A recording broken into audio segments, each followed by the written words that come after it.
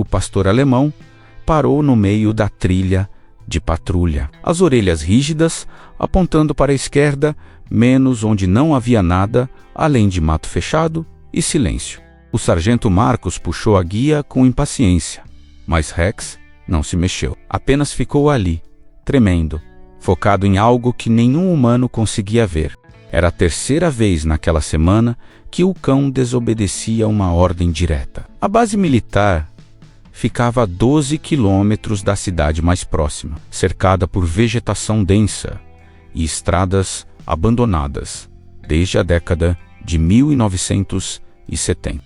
Marcos conhecia cada metro daquele perímetro. Sabia que à esquerda só havia ruínas de um vilarejo fantasma, menos casas desabadas, poços secos, silêncio empoeirado. Nada que justificasse o comportamento de Rex, mas o cão não parava de rosnar baixo. Um som gutural que parecia vir de um lugar primitivo e instintivo. Marcos ajorrucei ao lado dele e seguiu a direção do focinho. Apenas árvores, apenas vento, apenas a sensação estranha de que algo muito antigo observava de volta. E então, Rex fez algo que nunca havia feito em 4 anos de serviço. Mordeu a guia e puxou Marcos em direção ao mato, com tanta força que o soldado quase caiu. A rotina na base era metódica, quase ritualística. Marcos acordava às 5 da manhã, alimentava Rex às 5h15, revisava equipamentos às 6. Às 7, começava a patrulha do perímetro norte, menos a mesma rota. Os mesmos marcos, o mesmo silêncio pesado que fazia os novatos desconfortáveis. Rex era treinado para detectar explosivos, rastrear infiltrados e obedecer sem hesitação. Era disciplinado como uma máquina. Por isso, quando começou a desviar do trajeto padrão, Marcos primeiro pensou em doença, depois em estresse, mas os exames vieram limpos. O veterinário da base balançou a cabeça, confuso. Ele está perfeito, melhor do que a maioria dos cães que vejo por aqui. Mas Marcos sabia que algo estava errado. Rex parava sempre no mesmo ponto da trilha, sempre olhando para o oeste, sempre tremendo como se ouvisse algo insuportável. E nas últimas 2 noites, o cão havia acordado no meio da madrugada, arranhando a porta do alojamento, uivando baixo, um som angustiado que fazia o peito de Marcos apertar. Na manhã de quinta-feira, Marcos percebeu outro detalhe. Rex não comia direito desde segunda, deixava metade da ração no pote, algo que jamais acontecia. E havia outra coisa, uma coisa pequena, quase imperceptível. Às vezes, quando o vento soprava do oeste, Marcos jurava sentir um cheiro adocicado, não de flores, mas de algo orgânico, pesado, como fruta, apodrecendo, ou algo pior. Na sexta-feira de manhã, Rex se recusou a seguir a rota de patrulha. Marcos deu a ordem 3 vezes. Rex ficou parado, olhos fixos no mato à esquerda, corpo tenso como corda de violino. Não era desobediência, era desespero. Marcos sentiu o coração acelerar. Algo no jeito que Rex tremia, no modo como suas patas dianteiras arranhavam o chão, era linguagem corporal de urgência, de perigo iminente. O soldado olhou ao redor. Ninguém por perto. Apenas ele, Rex e o silêncio da floresta. Tomou uma decisão? Tá bom, garoto, me mostra. Rex disparou antes que a frase terminasse. A guia escapou da mão de Marcos, que correu atrás do cão, galhos chicoteando seu rosto, botas afundando em terra úmida. O pastor alemão Muviacei com propósito, não com medo, menos como se seguisse um rastro invisível. Uma trilha que só ele conseguia perceber.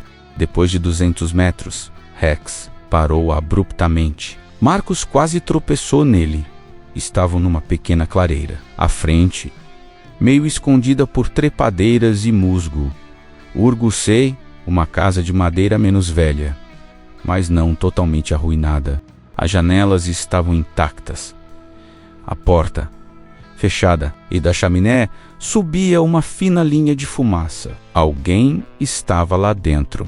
Marcos sentiu o estômago revirar. Aquela casa não deveria estar ocupada. O vilarejo fantasma era território militar há décadas.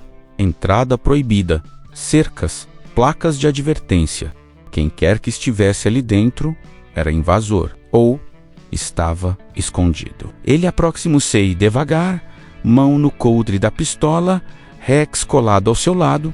O cão não rosnava mais, apenas ofegava, olhos fixos na porta da frente. Marcos bateu. Silêncio. Bateu de novo, mais forte. Aqui é a base militar. Identifique-se. Nada. Mas então ouviu um arrastar lento, como chinelos sobre madeira. Passos fracos, hesitantes. A porta se abriu apenas uma fresta, e Marcos viu um olho, azul, embaçado, muito velho. Por favor, menos. A voz era um sussurro rouco, feminino, quebrado. Não me machuque. A mulher devia ter 80 anos, talvez 90, pele fina como papel de seda, cabelos brancos, desgrenhados, roupas sujas. Ela segurava a porta como se fosse cair sem um apoio. Marcos baixou a arma imediatamente. Senhora, a senhora não pode estar aqui. Este é território militar. Os olhos dela se encheram de lágrimas. Eu não sabia para onde ir. Ela cambaleou. Marcos segurou-a pelo braço, sentindo os ossos frágeis sob a pele. Rex entrou na casa antes dele, farejando cada canto, cada móvel, cada sombra. O interior era sufocante. Cheirava a mofo, urina e algo adocicado que Marcos não conseguia identificar. Havia uma cadeira de balanço virada, pratos sujos na pia, um cobertor rasgado no chão e, sobre a mesa, uma foto emoldurada. Marcos pegou o porta-retrato. Era antigo, décadas, no mínimo. Mostrava um homem de uniforme militar, sorrindo ao lado de uma mulher jovem, a mesma mulher que agora tremia na cadeira à sua frente, só que 50 anos mais nova. Esse é meu marido, ela murmurou. Ele prometeu que voltaria, disse que ia me buscar. Marcos sentiu um aperto na garganta. Quando foi isso? Senhora? Ela olhou para ele com confusão genuína. Ontem, ou talvez na semana passada, não sei. Ele sempre volta. Rex estava parado ao lado dela. Agora, focinho pressionado contra a mão dela. A mulher acariciou a cabeça do cão distraidamente, olhos perdidos. Marcos verificou a cozinha. Não havia comida, apenas latas vazias, algumas com meses de vencimento. A geladeira estava desligada, porta aberta, vazia. Aquela mulher estava morrendo de fome e ninguém sabia que ela estava ali. Marcos ligou para a base, mas a comunicação estava interferência comum naquela região. Conseguiu avisar que havia encontrado uma civil em situação de emergência e que precisava de apoio médico. Enquanto esperava, tentou conversar com a mulher. Ela se chamava Irene. Tinha 87 anos. Morava naquela casa desde 1958, quando seu marido, um oficial do exército, foi destacado para a base. Ele morreu em 1982, mas Irene nunca aceitou. Ele vai voltar. Repetia, balançando na cadeira. Sempre volta. Marcos olhou ao redor. A casa estava congelada no tempo. Móveis antigos, rádio de válvula, calendário de 1981 pregado na parede. Então percebeu, não havia telefone, sem TV, sem forma de contato com o mundo exterior. Irene viveu ali sozinha por mais de 40 anos, esperando um fantasma. Mas a pergunta que martelava na cabeça de Marcos era outra. Se ela estava tão isolada, tão esquecida, quem havia trazido comida? Porque, apesar das latas vazias, havia sinais de que alguém estivera ali recentemente. Uma lata de sopa na pia, aberta há, no máximo, 2 dias. Um pacote de biscoitos no armário.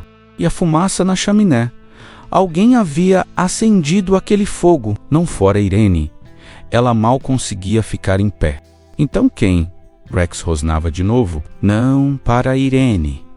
Para a porta dos fundos. Marcos levantou-se devagar, mão voltando ao coldre. Atravessou a cozinha, Rex, à frente, e abriu a porta traseira. Havia pegadas na lama. Frescas, grandes. Botas militares e um cigarro ainda aceso, jogado no chão. Alguém estava ali, observando, e fugiu quando Marcos chegou. O sargento sentiu o sangue gelar. Aquilo não era invasão aleatória, era algo planejado. Alguém sabia que Irene estava ali. E, por algum motivo, mantinha menos, mas apenas o suficiente. Marcos voltou para dentro, trancou a porta e posicionou-se na janela, vigiando. Irene continuava murmurando, sozinha, perdida em memórias que não eram mais suas. E Rex não parava de rosnar. 40 minutos depois, o som de um jipe cortou o silêncio. Marcos suspirou aliviado menos, até ver quem descia do veículo. Era o tenente Carver. E algo no jeito que ele entrou na casa, sem bater, sem perguntar, fez o estômago de Marcos afundar. Sargento Carver olhou ao redor, expressão ilegível. Que situação interessante você encontrou aqui. Marcos endireitou-se. Senhor, esta mulher está em estado crítico, desnutrição severa, possível demência. Precisamos levá-la para o hospital imediatamente. Carver caminhou até Irene, estudando-a como quem avalia um objeto quebrado. Ela é Irene Halis, esposa do capitão Thomas Halis, morto em 1982. Pensei que ela tivesse sido realocada há décadas. Ninguém sabia que ela ainda estava aqui. Carver não respondeu. Em vez disso, pegou a foto da mesa menos a mesma que Marcos havia visto antes. Interessante, menos, murmurou. Muito interessante, havia algo errado. Marcos sentiu isso no modo como Carver evitava seu olhar, no modo como checava os cantos da casa, como se procurasse por algo específico. Senhor, Marcos insistiu. Precisamos ir. Ela não vai durar muito mais tempo. Carver finalmente o encarou. Onde você encontrou ela exatamente? Rex me guiou até aqui. Ele vinha tentando me trazer para cá há dias. Carver olhou para o cão. Rex rosnava baixo, orelhas achatadas. Interessante, repetiu. Muito interessante. E então Marcos viu no pulso de Carver uma pulseira de couro, velha, gasta, com as iniciais TH gravadas. Thomas Halis, as mesmas iniciais do capitão morto. Marcos engoliu seco, senhor. De onde veio essa pulseira? Carver olhou para o próprio pulso e sorriu. Não era um sorriso amigável. Você faz muitas perguntas, sargento. A temperatura na sala pareceu cair 10 graus. Marcos olhou para Irene. Ela estava fitando Carver agora. Olhos arregalados, boca entreaberta. E pela primeira vez, desde que Marcos a encontrou, ela parecia lúcida. Você, sussurrou. Você é o menino. Carver ficou imóvel. Que menino, Irene? O menino que Thomas criou. O filho que nós nunca tivemos. Você cresceu. Marcos sentiu o chão se abrir sob seus pés. Carver fora adotado pelo capitão Halis. Por que ninguém sabia disso? E por que Carver não mencionara isso quando Marcos reportou a situação. Carver abaxucei na frente de Irene, voz suave como veludo. Eu cresci, sim, e nunca esqueci de você, Irene. Nunca. Ela tocou o rosto dele com mãos trêmulas. Você trouxe comida, sempre traz comida. Sempre trouxe. Carver confirmou. Marcos sentiu náusea subir pela garganta. Senhor, por quanto tempo? Por quanto tempo a senhora estava aqui? E ele sabia. Carver levantou-se lentamente, encarando Marcos com olhos frios. Desde o começo, sargento. Desde que ela decidiu ficar. Desde que se recusou a sair e você deixou? Marcos mal conseguia controlar a voz. Você a manteve aqui, neste estado, sozinha, por décadas? Carver cruzou os braços. Eu a mantive viva. Ela escolheu ficar. Quem sou eu para contradizer essa escolha? Marcos deu um passo à frente. Isso não é escolha. Isso é abandono. Negligência criminosa. Carver suspirou, como um professor decepcionado com um aluno. Você não entende. Irene não tem mais ninguém. Nenhum parente, nenhum registro oficial desde 1985. Se eu a levasse para as autoridades, eles a jogariam num asilo estadual, um depósito de gente esquecida. Aqui, ela tem dignidade, tem suas memórias, ela está morrendo, todos estamos. Carver rebateu calmamente. A diferença é que Irene está morrendo onde quer estar, esperando quem quer esperar. Marcos olhou para a mulher. Irene balançava de novo, olhos perdidos, murmurando o nome do marido. E Marcos entendeu. Carver não a mantinha ali por crueldade. Mantinha porque acreditava que era bondade. Uma bondade distorcida, doente, mas bondade mesmo assim. Isso o tornava ainda mais perigoso. Rex latiu. Não um latido de alerta, menos um latido de comando. Carver olhou para o cão com irritação. Cale esse animal.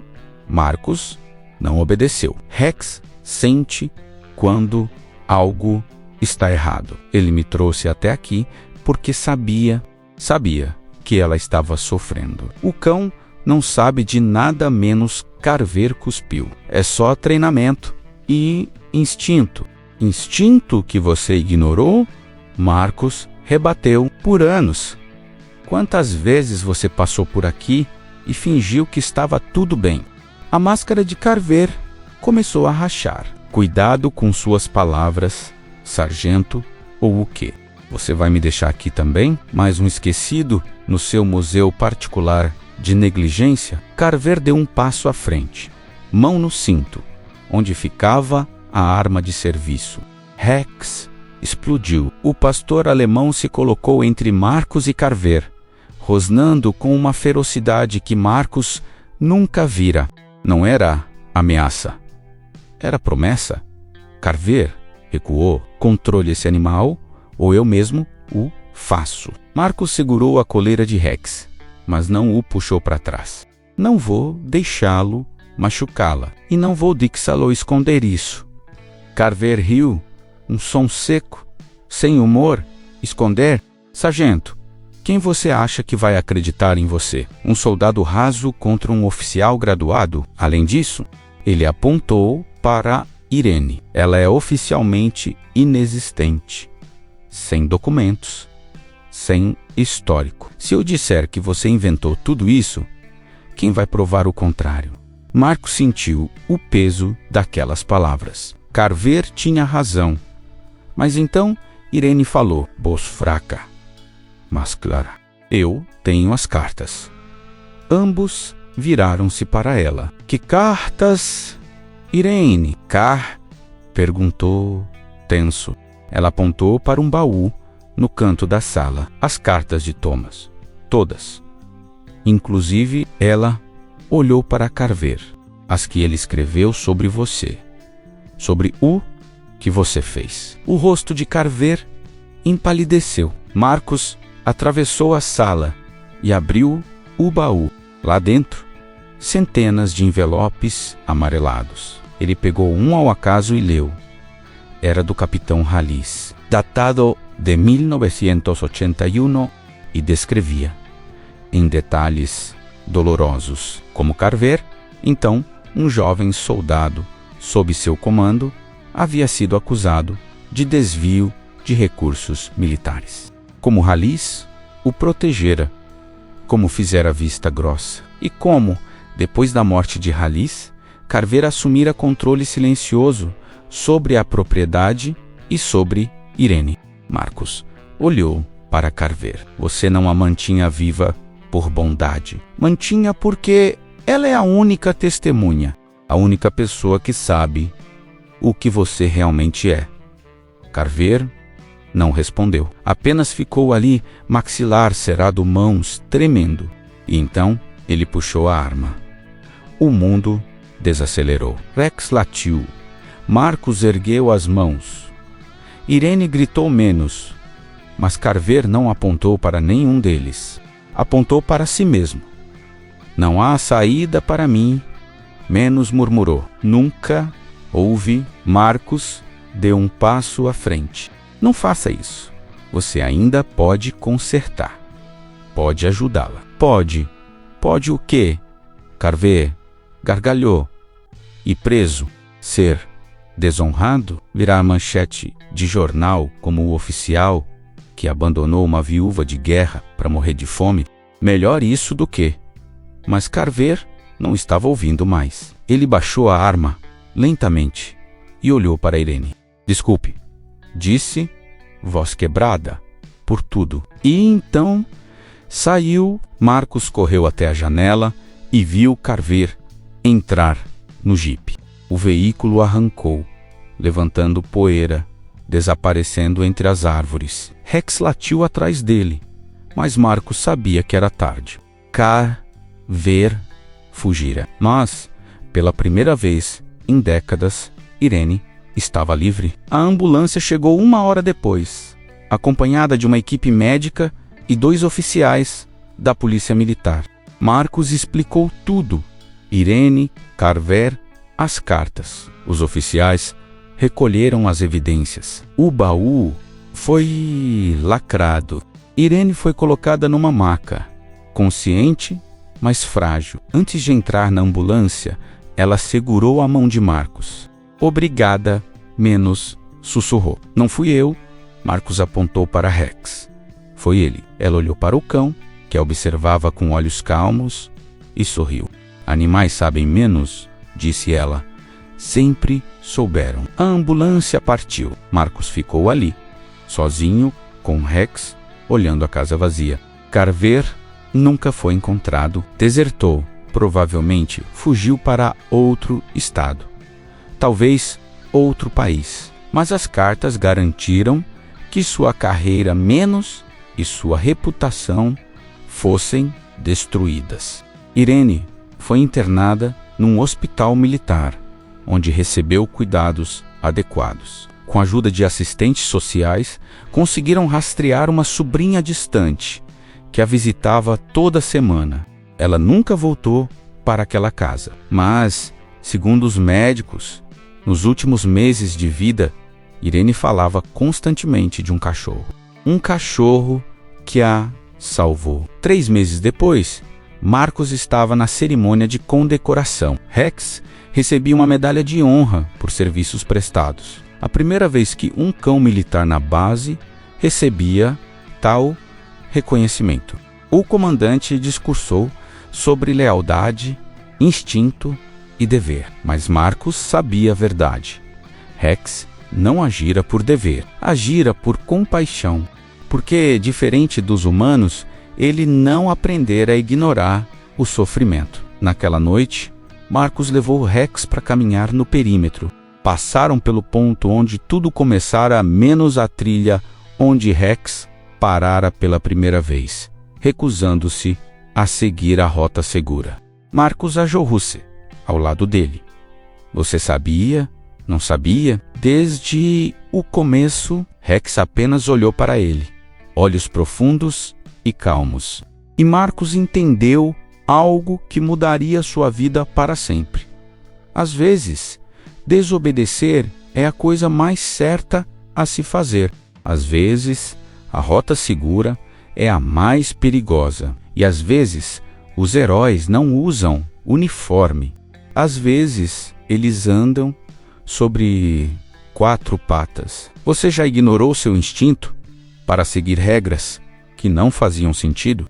Às vezes, a coragem não está em obedecer, está em questionar, porque no final não são as ordens que nos definem, são as escolhas que fazemos quando ninguém está olhando. E Rex escolheu ver, escolheu agir, escolheu salvar.